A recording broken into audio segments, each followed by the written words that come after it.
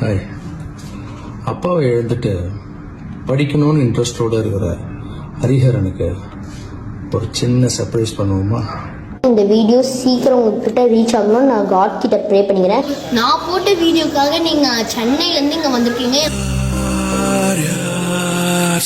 நீங்க வந்ததுனால திருவிழா மாதிரி கூட்டம்.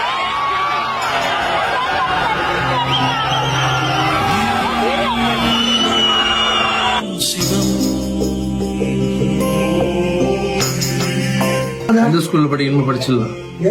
சரியா? சீக்கிரம் ஐஏஎஸ் ஆஃபீஸர் ஆகிடுங்க.